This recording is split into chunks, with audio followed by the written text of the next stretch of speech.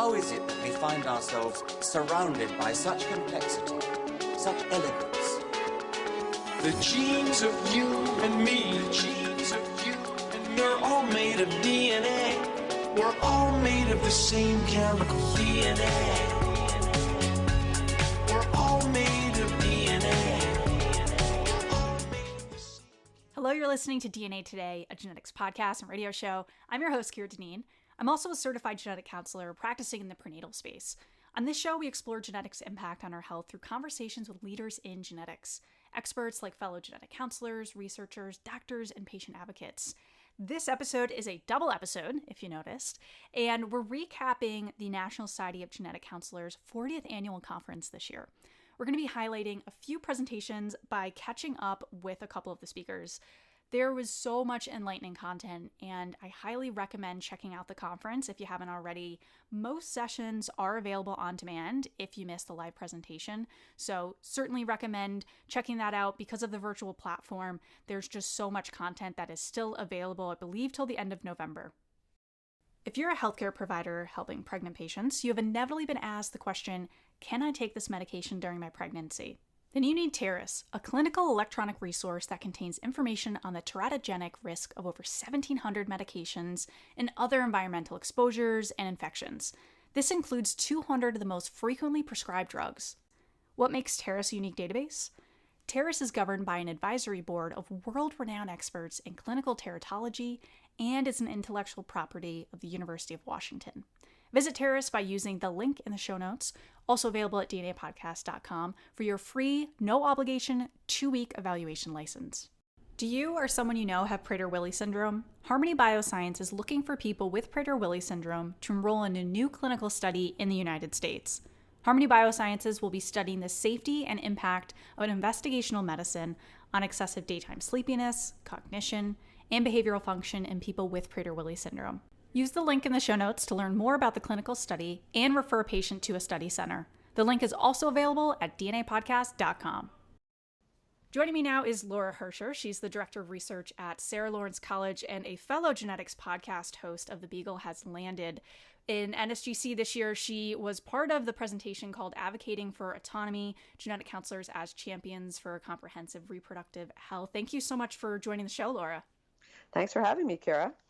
I thought we could start out with an overview of Texas SB 8, as this is very timely, and providing listeners an overview of how this limits abortions.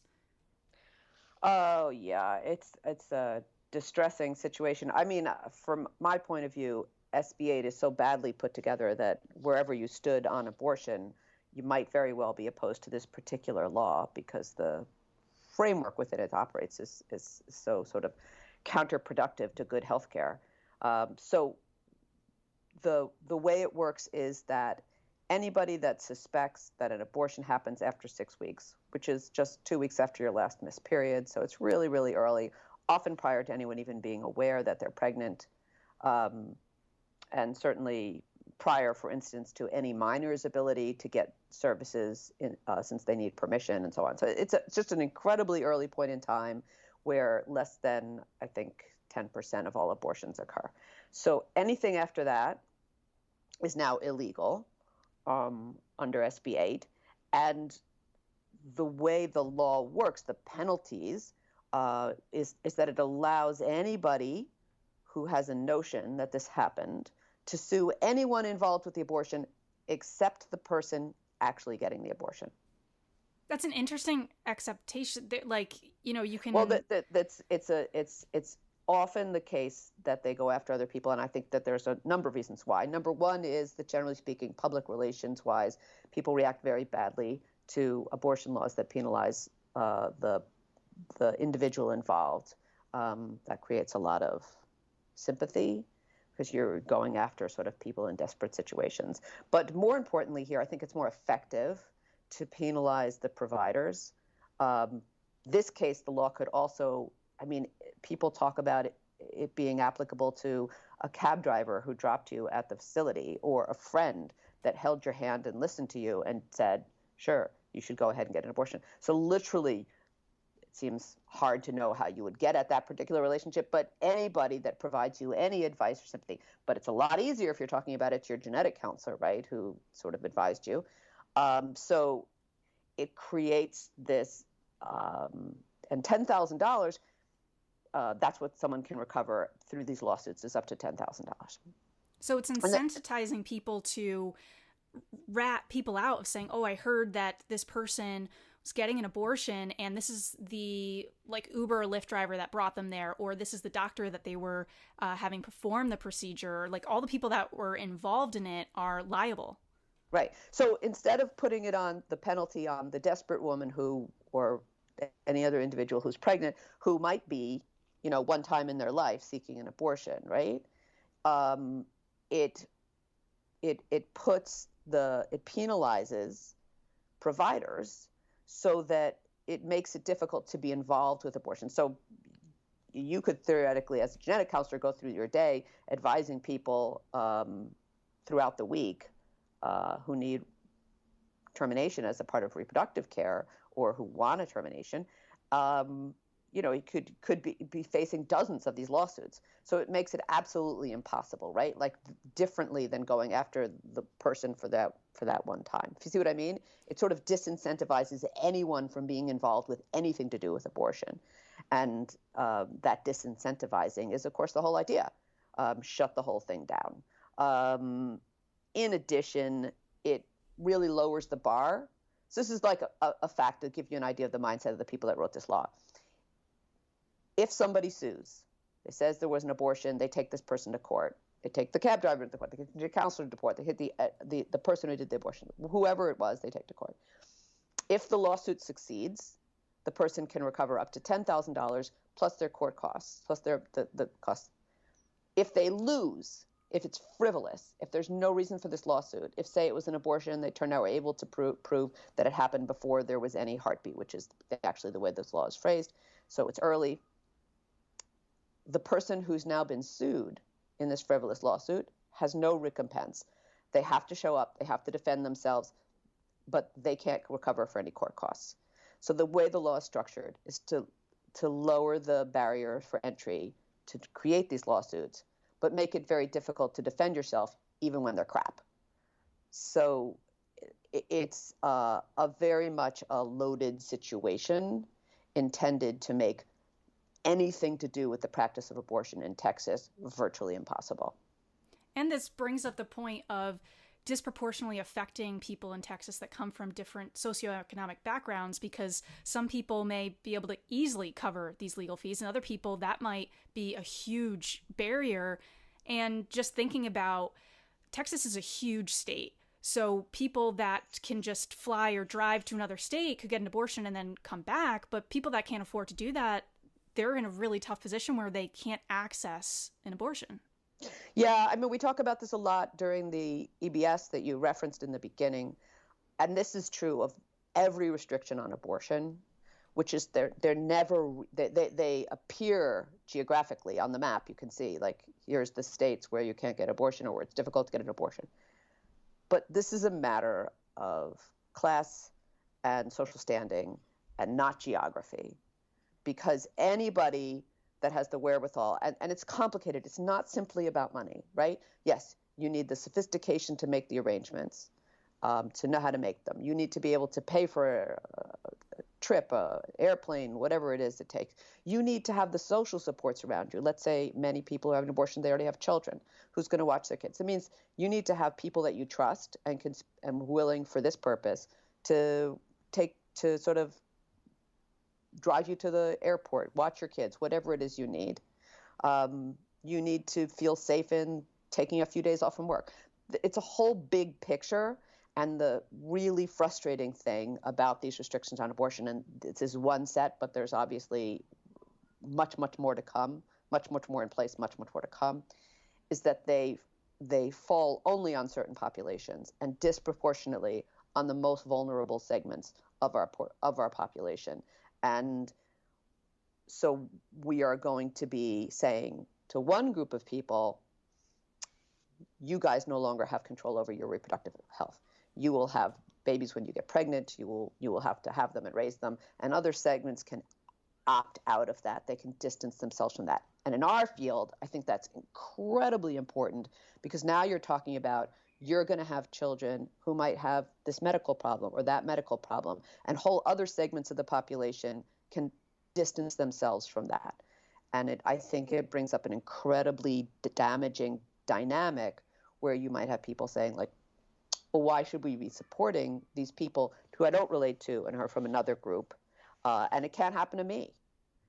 All of a sudden, help and support for those members of society that either have genetic disabilities or genetic diseases and conditions, or have them in their family, they're going to be begging for pure sympathy, because the people are not going to in the mindset that they might have today, which is there but for the grace of God go I.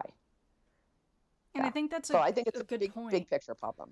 Yeah, especially with, we're both genetic counselors. I'm a prenatal genetic counselor. So this is something that I'm constantly processing with patients if a result comes back a high risk for especially like a fatal genetic condition. And I want to remind people that in Texas, this ban is at 6 weeks. Many people don't even know they're pregnant 6 weeks or just finding out. And genetic testing, the earliest you can do genetic testing through blood work is 9 weeks. Usually 9 weeks is like the earliest. So that's 3 weeks beyond the ban. How is this affecting genetic counselors in Texas? Because that's where this is occurring. I mean, that to me, I would have to completely approach my job and the way I talk to patients differently. I don't know if I could even offer some of this testing if termination is an option that the patient might pursue with a high risk or a diagnosis of a genetic condition. I've spoken to some genetic counselors who do prenatal work in Texas, and really striking to me, they're unwilling to come and speak publicly about it themselves, because the very mention of the word abortion in public, they felt like right now is an invitation to frivolous lawsuits, as crazy as that sounds. But yeah, they were talking about needing to, from absolutely the very first step. I mean, even if you're talking about carrier screening, you have to say to somebody, how are you going to use this? Because if you can't use it in the pre-implantation form, and that's very expensive and not open to a lot of people, then is it worth spending hundreds of dollars doing this testing when there's not a damn thing you can do about it, because by the time you can test for it in the state you're in, it's illegal to do anything about it. So for people to make a truly informed decision about even carrier screening, counselors have to be aware of the impact that the law is going to have on their patients and talk to them about what their options are, including the ability to go out of state. So right then you're setting up that, drawing a line between your patients right there. You start dividing them into people for whom this is useful and people for whom this isn't useful. And I think it's very telling of how damaging this all is if you think that right away you're saying, I mean, here we are saying like carrier screening, this great innovation, it's working so well, it's the value to so many people. And you're like, yeah, but not you. It's disturbing. Most of this I find disturbing, and not so much because, so I have this sympathy for somebody who simply believes that abortion is wrong. I mean, I'm not unsympathetic to that point of view personally. I think there's a lot of room in the world to have that discussion, but it always seems to be coming up in this incredibly disingenuous and misleading way where it's abortion available for some people, but not for other people. And I'm afraid it's going to end up being prenatal testing available for some people, but not other people. And that kind of two-track universe is a scary place, I think. And a lot of people are, nervous and apprehensive about this is happening in Texas right now, but could this have a national impact in the future? I mean, how could the Supreme Court affect this? I saw, during your presentation, I think another presenter mentioned case Jackson Women's Health Organization versus Dobbs. Is this, having involved with the Supreme Court? Like, what is the status of like a national impact after this? Yeah. Well, you kind of put two things together, but the Supreme Court is hearing a case that directly challenges Roe v. Wade and Casey. They're going to hear it this year, and with the decision expected next year. Many people anticipate that this may be when the Supreme Court overturns Roe v. Wade altogether, in which case all of the states that now have reason bans will also simply ban abortion. Now, it's possible that they'll do something sort of halfway, so that they don't get rid of Roe v. Wade, but simply expand the exceptions or the ways in which we're allowed, the caveats, let's say, to Roe v. Wade. So they'll give states many more options for restricting abortion while nominally keeping Roe v. Wade in place. But either way, whatever happens, whatever it's called in the legal record, the fact of the matter is the Supreme Court would not have accepted that case if they didn't plan to fundamentally change the abortion laws as we see it, because it's such a direct challenge, right? It's sort of Roe v. Wade and Casey say, you can't make the restrictions that Mississippi made. And Mississippi openly, in the memo that they write to support their case, said, we think what you should do with this is overturn Roe. So there's not a lot of wiggle room in there, and they decided to hear it. So the assumption is that states are going to have a lot more latitude to restrict abortion coming up. And in a sense, it means that these reason bans are less important because, well, if all abortion is illegal, does it matter that this abortion is illegal? It puts people in the same position.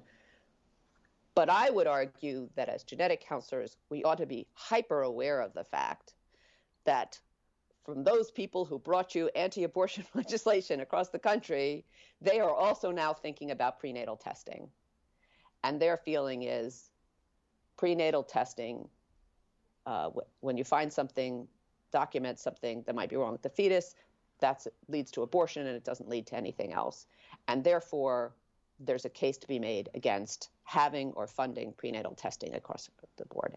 And that's going to be a battle that we're going to have to fight no matter what happens with the abortion law. Yeah, I think that's a good point in that, I see in my daily practice that prenatal testing does not always lead to an abortion. And I think, as you highlighted, that's really a misconception that's highlighted with these laws. And you mentioned a couple times reason bans. Can you define what this is and how it could directly affect genetic counseling? Sure. A reason ban is a ban on an abortion that would otherwise be legal, that is made illegal based on the motivation of the individual seeking the abortion. So it's not always about genetics. Reason bans have been passed that say abortion is illegal if the reason for the abortion is that the person is unhappy with the sex of the fetus or the race of the fetus. But I think what's very much germane to genetic counseling practice, and it's also the most common of these, is laws that state this abortion is not legal if the reason why the individual is seeking it is either the diagnosis or the suspicion of a genetic condition in the fetus. Now, that's sometimes called a suspicion of Down syndrome specifically, and sometimes called genetic anomaly, genetic conditions. There's a whole range of the way it could be talked about. And I think they often stick the word Down syndrome in there because there's a sort of a sympathy reaction to that, where a lot of people will say like, oh, I'm not against people with Down syndrome, right? That's right, they shouldn't. Whereas if you said developmental disability, people actually on polls are more likely to say like, oh, that's an abortion, I would like to have that option, So it's a little bit of gamesmanship, what words they use. It changes the legal standard. Sometimes they say sole reason. Sometimes they say sole or part. Well, that's really hard to argue against because how do you say it wasn't a part of the reason? Anyway, you can see that the big picture issue here that I'd like to point out is that they've gotten more draconian from the very first, which was in North Dakota, to the recent, which was in Arizona. The recent one in Arizona is a felony. You can do jail time, loss of license for doing these abortions. And sorry, this makes me crazy. I had to pause and pull myself together to say it. In Arizona, the law includes an extra stipulation that anybody, and it mentions counselors and specifically, anybody who knows that such an abortion is being planned and doesn't turn the person in can be sued for can be given fines of up to $10,000. And that could be a lot of people, a lot Yes. of healthcare providers. You're not just talking about the genetic counselor that provided the news. You're talking about the doctor that works with them, the person that drew the blood, that maybe gave the results over the phone. I mean, there's so many people. But think about what that really does. What it sets up is it says, as the patient, you not only cannot get this abortion in your home state, you can't talk to your medical provider about it because they might end up liable for $10,000. So that they're going to shut that down. So this is the kind of thing that more than anything else, who does that disadvantage? The person, we all know the difference between our patients. Picture the patient who is not in a position to put this together themselves. Maybe she's 14 years old. Maybe she has cognitive issues. Maybe they have mental health problems. Whoever it is, maybe they don't have access to internet. This entire system means the person who's savvy enough to arrange this outside of their home medical system and go get it is unfazed by this law. But it comes down hard on an individual who needs our help.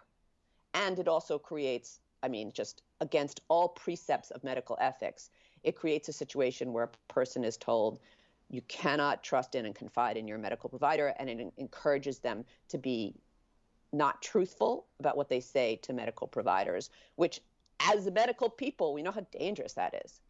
Yeah, we need to know what the patient is thinking, feeling, be able to answer their questions. I mean, that's what genetic counseling is, educating and processing this information and how that's going to affect their decision-making. So that's basically preventing genetic counseling at the heart of what genetic counseling is. Right. Anything that cuts directly at your ability to establish trust with your patient means you're going to do a less good job for them across the board. And before we end, I wanted to pick your brain about how public opinion has changed over the last years, decades. I mean, is there a correlation between that and so many more laws for abortion coming up? And I think in 2020, there's been like astronomical number compared to other years. I'm remembering from another, I think before your presentation. Yes. Andy, who gave a presentation as a part of that EBS, it was terrific. He did a great job. I took so many notes. He mentioned that I believe it was 90 is the most laws that were ever passed restricting abortion in a single year in the states was 90, and in 2021, we've had 90 just in the first 6 months. So there's this incredible jump, and 90 is a huge number. So what's happened in the last 20 years is the number of restrictions on abortions have gone through the roof. Mostly centered in a number of states, but a lot of states, if you look at it, it's across a lot of area. And you look at the Guttmacher maps that show states hostile to abortion. It's a pretty substantial swath of the map. And remember that while that may not be where all the people live, so it's like the electoral map can be very misleading. But if you're a person there and all the states around you are hostile to abortion, those miles are for real. So the distance you have to travel to get to somewhere that isn't unfriendly to abortion gets bigger and bigger as the states pass these laws. And the amazing thing is all this has happened with remarkably little change in public opinion on abortion. I was shocked when this was covered because I was thinking, well, if more laws are happening, that's because public opinion's changing, who we're voting into office, like all that downstream effect, but it's like hasn't changed. No, maybe, I'm not a scholar in this area, but maybe you could make an argument that the people who are against abortion have gotten more passionate, louder, That's a good point. more fixed, less flexible, but the fact of the matter is there was a poll out this morning that said 65% of this country opposes overturning Roe v. Wade. 65%. A solid majority of this country is in favor of keeping Roe v. Wade, and that is a bigger number than 65% is in favor of having abortion, at least in certain circumstances. And often that includes diagnosis of a medical problem in the fetus. So it's not being driven by public opinion as regards what percentage of the public supports or doesn't support it. It is, in the sense, being driven by public opinion in the sense of that this is a existential issue for a minority of voters, that the anti-abortion voice in this country is very intense with the fervor they bring to the issue. So I guess maybe that says that the segment of the population who feels really strongly about having abortion available to people as a part of their routine medical care has to be very intense as well. Yeah, definitely surprising to, learn certain aspects of this. And I really appreciate you coming on the show and explaining this to the audience, because this is so timely right now, and I'm just so glad that you guys were able to cover this as part of the NSGC conference. And on your show, The Beagle Has Landed, you have an episode that's, I think, almost an hour about abortion law with your guest Jordan Brown. So people that want to hear more from Laura Hercher about this topic, be sure to check out her podcast, The Beagle Has Landed. Thank you so much, Laura, for coming on the show and sharing all of this insight. It's always a pleasure to hear from you. I feel like I'm back at Sarah Lawrence, covering all the news and everything. So. Kira is my student, and it's really great to catch up with you, and keep doing the great work that you do. If you have patients with Prader-Willi syndrome, please let them know about a new clinical study looking for participants across the United States. Harmony Biosciences will be studying the safety and impact of an investigational medicine. The study will focus on excessive daytime sleepiness, cognition, and behavioral function in people with Prader-Willi syndrome. The study participation is 4 months long and consists of 5 visits. If you're a patient, at your visits you will participate in sleep tests and have general check-ins on how you're feeling. You'll also need to keep a sleep diary for the first 2 weeks and a closing diary once you start treatment. If you're a caregiver, you'll attend all visits with the patient and help provide information to the trial researchers. There are 13 trial sites in the United States, and Harmony Biosciences will reimburse patients to travel to their closest site. Refer yourself, a patient, or a loved one to the study by visiting the link in the show notes, which is also available at dnapodcast.com. Are you a healthcare provider for pregnant people? How do you look up if a medication is safe during a pregnancy? TERIS, the teratogen information system, is your answer. It's a dynamic clinical teratology database that contains expert information on the teratogenic risk of a variety of pregnancy exposures. TERIS is available as your go-to resource for over 1,700 pregnancy exposures, including 200 of the most frequently prescribed drugs. Each drug has a summary based on a thorough review of the published clinical and experimental literature. TERIS goes beyond drugs and includes many environmental exposures like viral infections. TERIS is an academic resource housed at the University of Washington and governed by an advisory board of global authorities in clinical teratology from fields of medicine, epidemiology, and genetics. Each agent summary includes a teratogenic risk rating that is derived by consensus from the TERIS advisory board, so you know you're getting the most accurate information for your patient. TERIS offers yearly subscriptions, and since you're a DNA Today listener, TERIS is offering you a free, no-obligation 2-week trial. Visit TERIS today by using the link in the show notes, also available at dnapodcast.com. Joining me now is Sally Rodríguez. She was one of the presenters during NSGC's presentation called The Devil is in the Details, Race-Based Medicine and Healthcare Disparities in Genetic Counseling. Sally Rodríguez is a genetic counselor at Sequence 46, which is a PGT laboratory. Thank you so much for joining the show, Sally. Thanks so much for having me. I'm really happy to be here. Yeah, you had such an interesting presentation, and we're going to be talking about your portion, which focused on carrier screening. So one of the main aspects that you were focused on was race ethnicity-based testing versus pan-ethnic testing. For those that may not be familiar, can you just go over the basic of like what the difference and like the purposes behind those two types of carrier screening? Yeah, of course. So race or ethnicity-based testing in carrier screening specifically refers to offering race or ethnicity specific panels. So for example, if a patient is Black or African American, offering them a panel with a certain number of conditions versus if the patient is Ashkenazi Jewish, offering them a different panel of conditions. A pan-ethnic approach means that you would have a standard panel that you would offer to all of your patients regardless of their self-reported race or ethnicity. And you bring up an interesting concept of self-reported race ethnicity. And as genetic counselors, this is something that most people are asking their patients during session, maybe during the family history session of, I phrase it to patients like, oh, what countries are your ancestors from, to start that conversation. But there can be an issue with self-reported race ethnicity. What is the problem when we're using data from what patients are sharing? Yeah, so it's a complicated topic because I think, we all identify with whatever our specific ancestry is, right? So my family is Dominican. I am of Dominican, descent. And so I know, for example, that individuals who are Dominican are an admixture of, Europeans because of the colonizers, Africans due to the enslaved individuals that were brought, as well as native or indigenous ancestry, the Tainos that were there in the very beginning. And so I identify as Dominican, I identify as Latinx, but what does that mean in terms of genetic ancestry? It could mean lots of things. We don't know what that split is.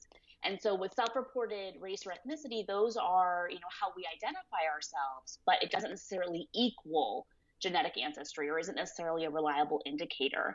And it can mean very different things depending on the particular individual and their level of admixture.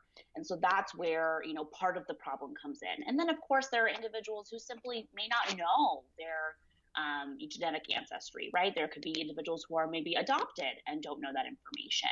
Or there's a situation of labels and how confusing those can be.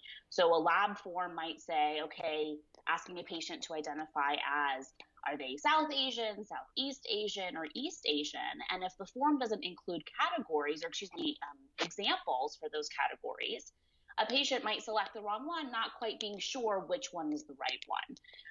And in general, across the world, we see lots of admixture. So there's a lot of reasons why self-reported race or ethnicity is sort of, fine in how we use it in everyday life, but it's not necessarily a reliable indicator of genetic ancestry, which is what really matters for carrier screening. Yeah, I think that's a good point in saying that, each of them have a place. And when it comes to doing genetic screening and testing, we're really focused on that genetic ancestry and that term and looking at, okay, genetically, where are your ancestors from? And one of the reasons we're looking for this is because we are calculating residual risk based on oftentimes genetic ancestry.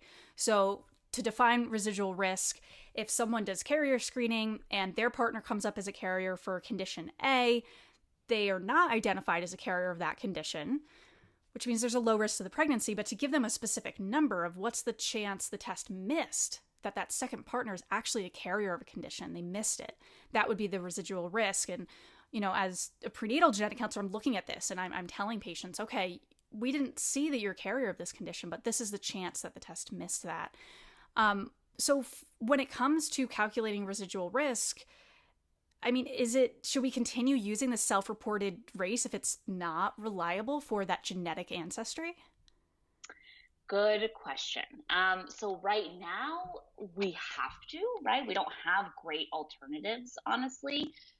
There was actually a talk earlier this morning by Semaphore about their new test, and this is not an endorsement of them specifically. I'm not employed by them or anything, but they have a new panel where they're including or incorporating genetic ancestry, and I'm curious to see how that will pan out because I think that could theoretically be the future of carrier screening, where ancestry is incorporated and you can get more personalized residual risk assessments based on that. But for now, with a majority of labs not offering that kind of analysis, we have to some extent, use self-reported race or ethnicity, and that's okay. I think what we need to be really clear on with patients is that what we give them is an estimate. We have to get away from these hard and fast fractions and these numbers that we think are written in stone, because that's just not reality. That's not the world we live in.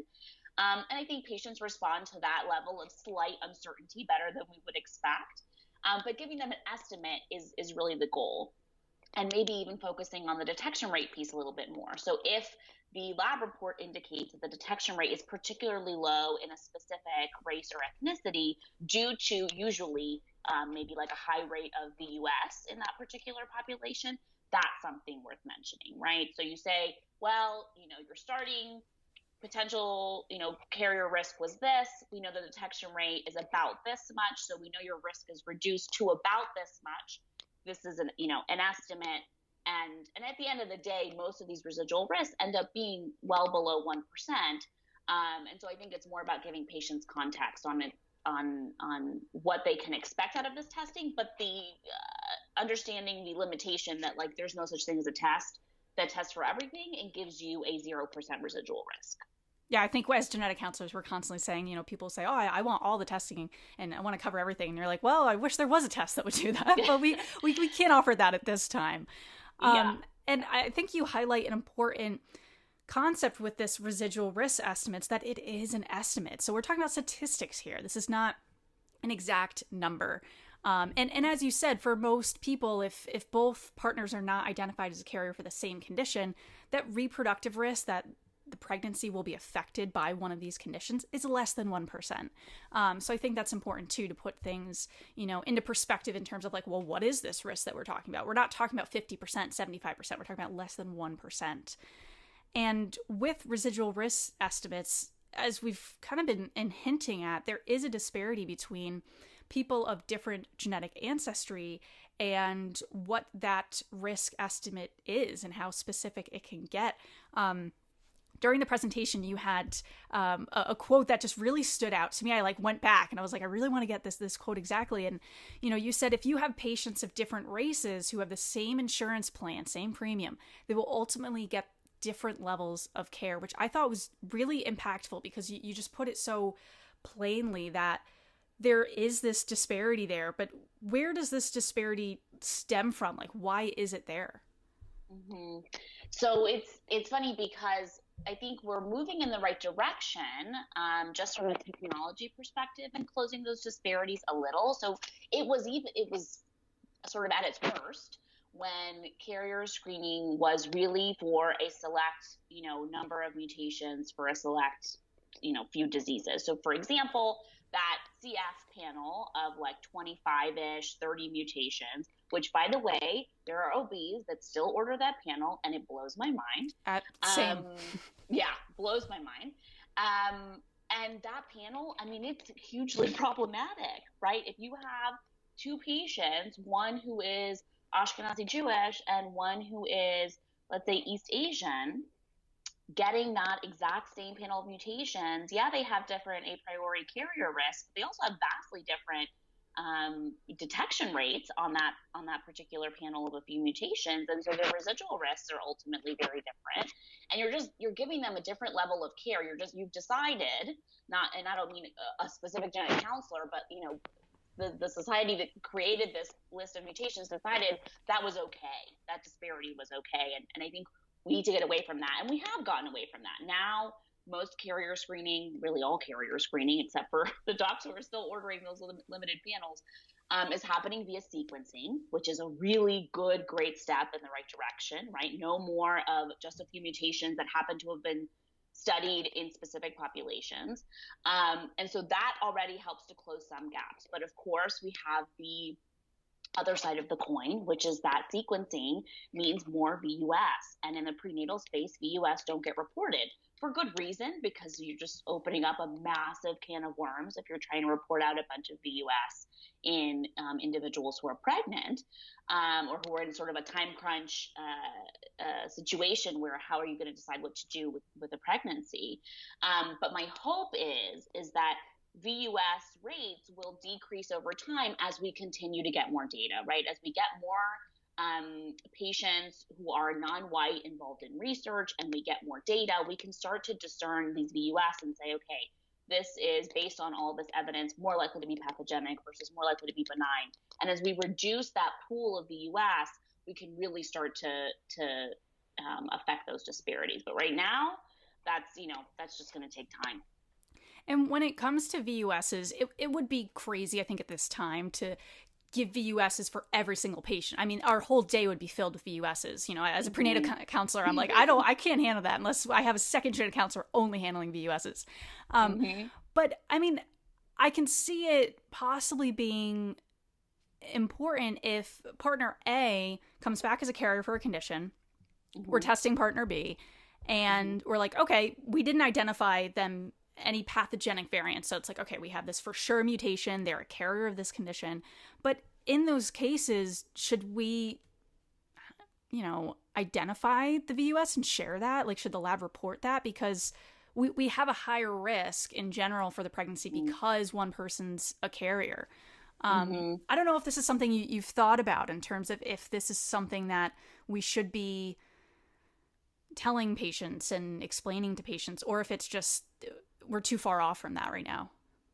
Yeah, no, it's a great question. It is something I've thought a lot about, and I think it's something that there's room for, at least in these updated guidelines, and the guidelines that it's in general sort of talk about the fact that VUS can be requested on sort of case-by-case basis. I agree that getting a report full of VUS, but it's a nightmare that no one needs. And it's not going to help the patient, really, at that exactly. point. It's not going to help the patient. It's really just, it's too much. But yes, if you have a couple where one individual is a carrier for condition A and the partner is negative for condition A, but perhaps when looking at the lab report, the detection rate is listed as low, and we might guess that that's due to a VUS issue, that might be a situation where, let's find out if there were any VUS for this patient on this gene, because maybe that's something that we need to consider. Of course, how you manage it once you get the result, like let's say you ask the lab and the lab doesn't have any VUS for the patient in that particular case, great. Okay, you feel reassured. But if they do, what do you do next, right? Are you going to be offering amnio? And things start to get a little bit more complex there. And I think that becomes a counseling conversation, right? I think patients have a pretty good sense of what they are willing to tolerate in terms of risk. Most people do. And so for some patients, it may be something where, yes, I would really like to do prenatal testing, and others it's not. Of course, then you get into the problem of which prenatal testing lab is going to do testing for VUS, because That's a good point. think that that's routine. So there's several cans of worms here.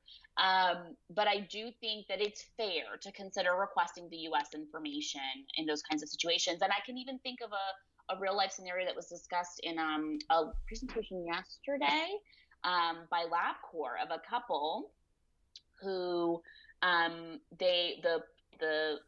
female partner was a carrier for autosomal recessive polycystic kidney disease. Male partner was negative on carrier screening. They were then pregnant, and then they started to see abnormalities on ultrasound related to the kidneys. And so additional testing was ordered in that gene for the partner, and the second lab came back with what was considered a likely pathogenic, well, I guess was upgraded to a likely pathogenic mutation, but the original lab had called it a VUS. Right. So that's why it wasn't on the original report.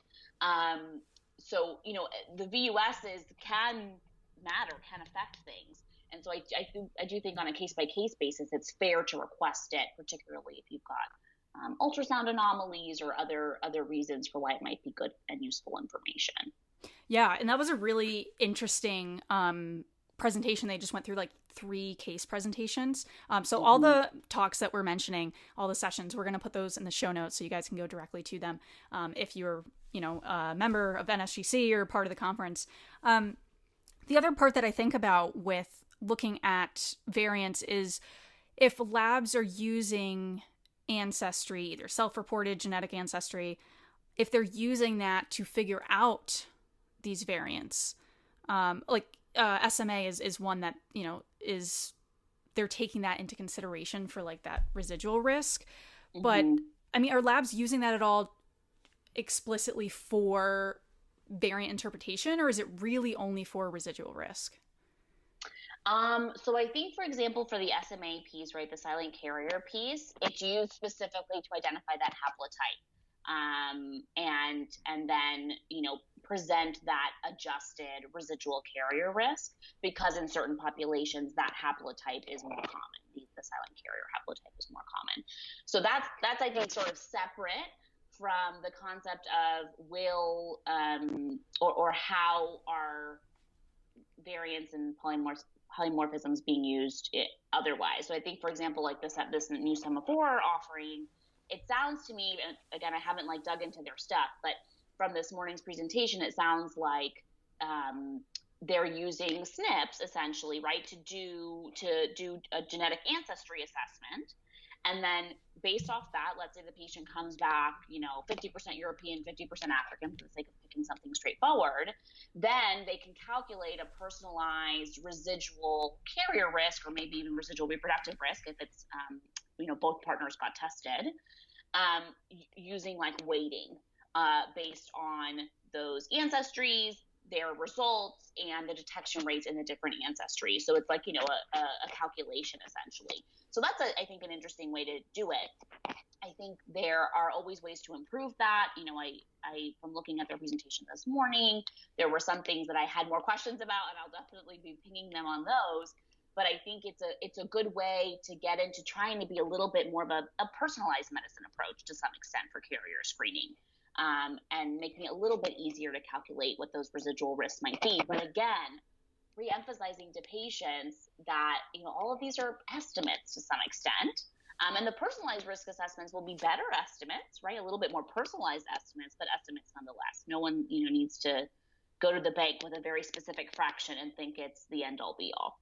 Yeah, and I think, as you said earlier, too, that this could be the future of carrier screening, and including looking at, what was it, like, I don't know, a lot of SNPs they looked at. I don't want to give a number because I'm going to get it wrong, but it was a lot, yeah. It was a lot of SNPs, so single nucleotide polymorphisms. So I can see that in the future being like, oh, that's just part of carrier screening. So it's always exciting to hear something where you're like, oh, this could be the next big thing in carrier screening. Yeah. The other big part of this, we're both practicing in the U.S. and so insurance is a whole battle for us. And practice guidelines can often influence insurance. And so you mentioned a few months ago, ACMG updated their practice guidelines for carrier screening. What were the major updates when it comes to this race-based carrier screening that we've been talking about? Mm-hmm. Yes, so they just came out with that this summer. It was a very exciting moment for me. I've been shouting this from the rooftops for years. Finally saying out loud what I think a lot of us have known for a long time. Race or ethnicity-based carrier screening is not only scientifically flawed because of all the things we talked about with race and ethnicity being essentially social constructs, or as we heard in the Rolnick lecture this morning, invented political category. I think that actually really gets it across really clearly. But not just scientifically flawed, but also, inequitable. And so that it's just not okay. We need to be offering the same panel to everybody. What that panel size is, well, they had a recommendation on that. There's been some controversy on that piece, but the big piece from the race and ethnicity end was let's offer the same test to everybody. I think that's a really great step in the right direction. But we do need additional society guidelines. Again, ACOG needs to come out with something, because at the end of the day, OBs are the folks that order the most carrier screening. Yeah, I can definitely agree with that for OBs that are referring to my office that I'm meeting with their patients. And I'm like, okay, the panel they had is much smaller than I order. And then I'm covering that with patients. And it's like, okay, well, why did my doctor order this then? Why didn't they offer what you're doing? And I think that's just an issue in so many levels. And along with that of just having these practice guidelines, all be updated with it. And I think that there was someone in the chat, I don't know if it was during the hallway session you guys had or during the actual session, could have been Scott Weissman. I don't remember exactly. I know he was part of the conversation, but talking about that there can be reasons, indications to do the carrier screening. So if I'm sitting with a couple that both have Ashkenazi Jewish ancestry, mm-hmm. I will talk about that and say, you do have a mm-hmm. higher chance of being a carrier for a condition. And mm-hmm. sometimes they say, oh, well, now that I know that, I want to do the carrier screening. I'm still ordering mm-hmm. the same thing I do for every patient, but mm-hmm. that may lead them to do carrier screening as opposed to not doing it. I mean, it's always a decision. Mm-hmm. But I think that's an important concept, that what we're ordering shouldn't be different, but maybe the reason for doing it is different based on ethnicity. Yeah, no, and I think that's fair. It makes sense, right? We do know that there are more conditions with founder mutations or common mutations in certain races or ethnicities, right? So, for example, if I had a Black or African-American patient, I would say, yes, you have a higher risk of being a carrier for sickle cell than a patient who is, at least self-reported Northern European. Of course, that's science, that's math, that's probability. And so I think, it's fair to ask a patient about their, race or ethnicity. The question is, are you ordering different tests? And we really should not be doing that unless there's basically no way around it. So if the insurance will only, cover testing for the 3 Ashkenazi Jewish mutations for BRCA1 and 2 in a cancer setting, well, that might be where you have to start with that patient if they have to go the insurance route and they're not able to pay the out-of-pocket cost for a more comprehensive test, as an example. But we need to be pushing payers to update those guidelines, because some of those guidelines are wholly problematic. And they're just outdated. Like at the time when this was first, the first pathogenic variants, mutations that we figured out for in the BRCA genes, like, all right, that's what we know about, that's what we can test for, but we're so beyond that at this point. And it's like these practice guidelines can be just so outdated as opposed to what we're doing and ordering as genetic counselors. And as you said, there's a lot of other healthcare providers ordering genetic testing that are not certified genetic counselors. So it's like, it's catching up with all the other folks that are ordering genetic testing and saying, okay, we want to make sure that they understand, like, what is that standard that we should be ordering. Exactly. And during your presentation, you also covered other downstream effects of disparity in carrier screening. We've been talking a lot about, like, during the pregnancy. For a lot of people, they're doing carrier screening during pregnancy. I always recommend, if you know and can, to do it before you're conceiving.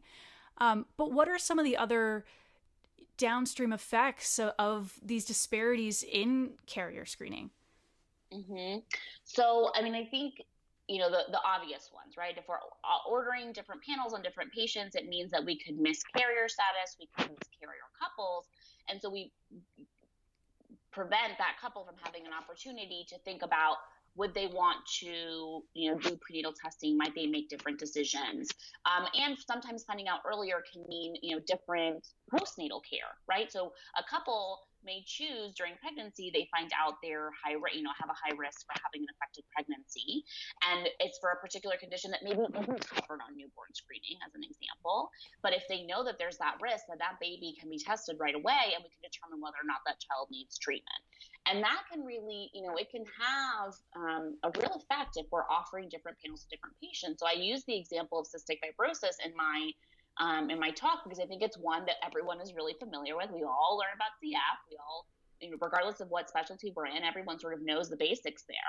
But the reality is that because historically we have offered different, level of care essentially to non-white individuals, it means that we see disparities in health outcomes for non-white individuals who have CF. So they are more likely to carry mutations that are not common, that weren't covered on those, 25 mutation panels, which means they're older at the time of diagnosis. They're more likely to have failure to thrive.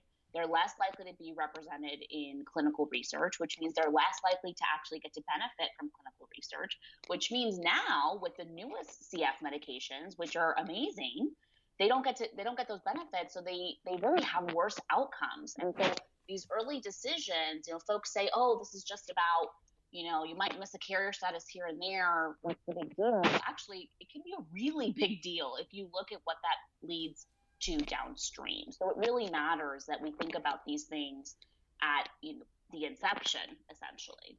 And so many of these conditions, the reason they're on carrier screening is because they're serious conditions, for the most part.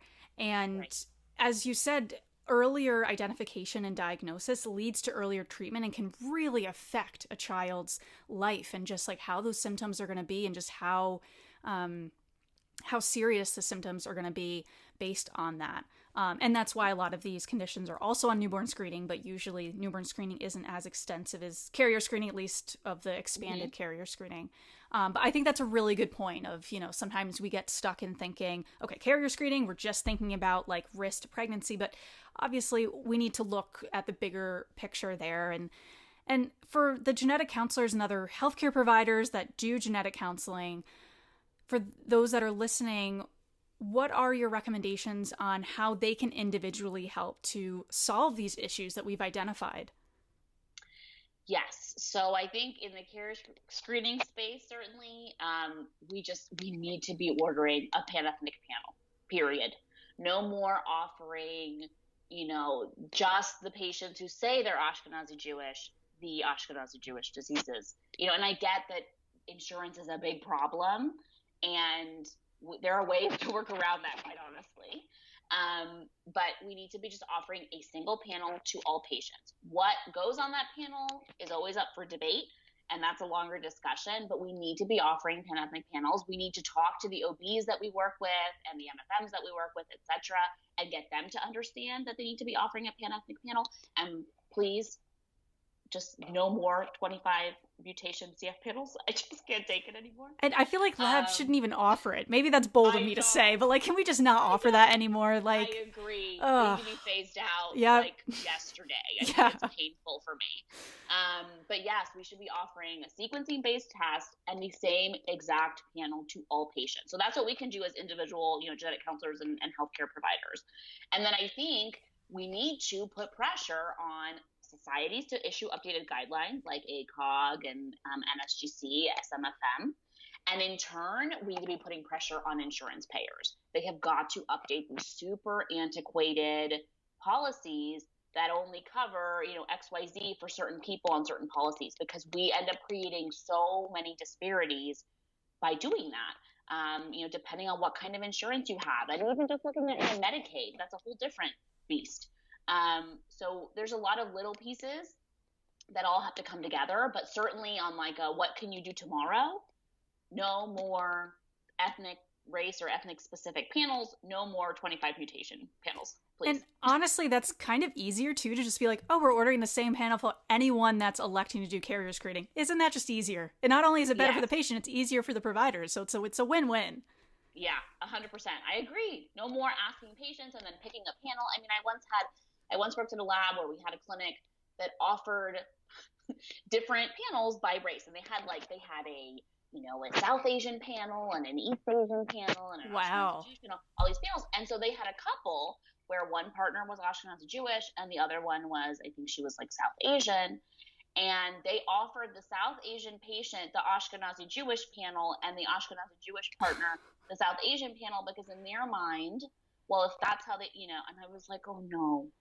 Yeah, like, let's not do it that way. And then it's like, if they're getting different panels, they're not being tested for the same conditions, that just like opens up so many issues. Like, so many problems. I was like, no.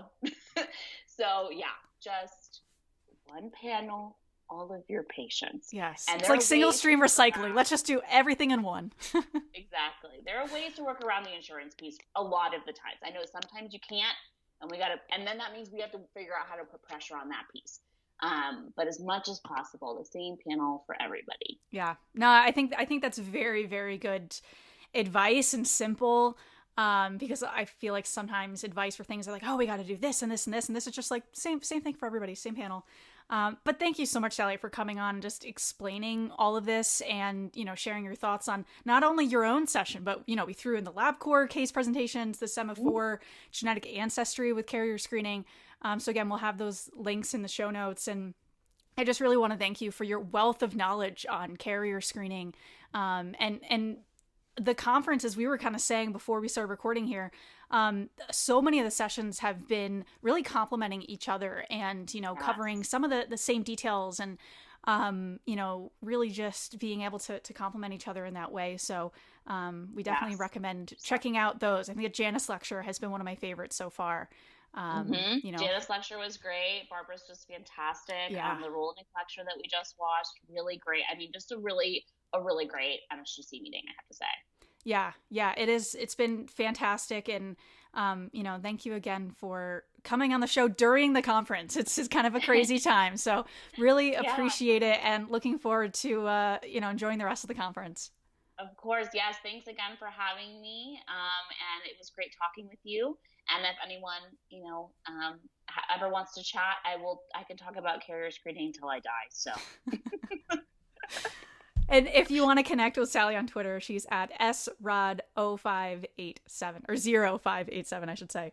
Yes. So yeah, definitely connect on there. DC chat, NSGC 21, all of that stuff. So thanks again for coming on the show.